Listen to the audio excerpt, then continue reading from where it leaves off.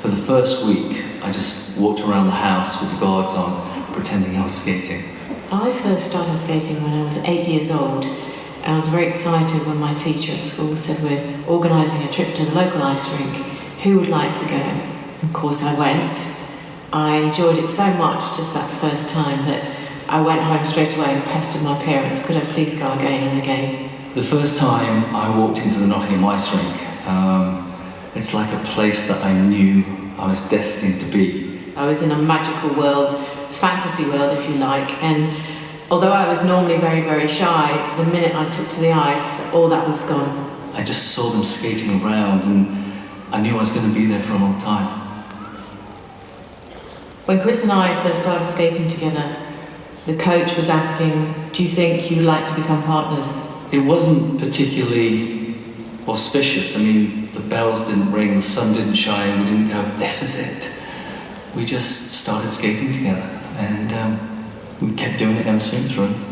We started doing local competitions, which then led to regional competitions, to national competitions. It was only after we won our first European and World Championships that suddenly it became a reality that we could win the Olympics.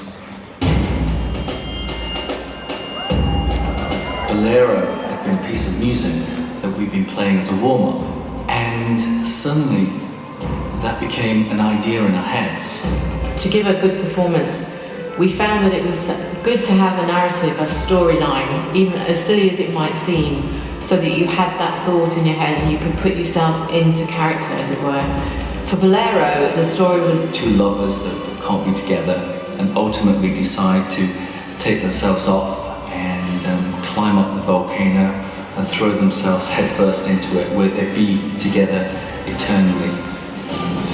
It was this journey. We were going from one place to the next. There were places where I'd lift Jane and help her up, and she'd rest on my leg, and there was a step over. We were going over hurdles.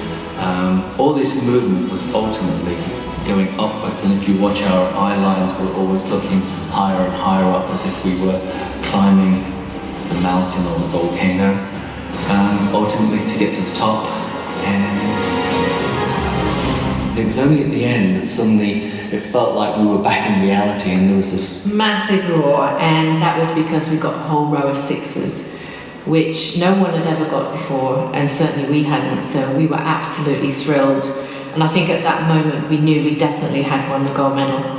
Bolero has been so much part of our life, so much identified with us. I don't think we ever knew at the time, but Bolero has been like an old friend. And to think that we might be doing it for the last time, it's sad, but it will always be with us.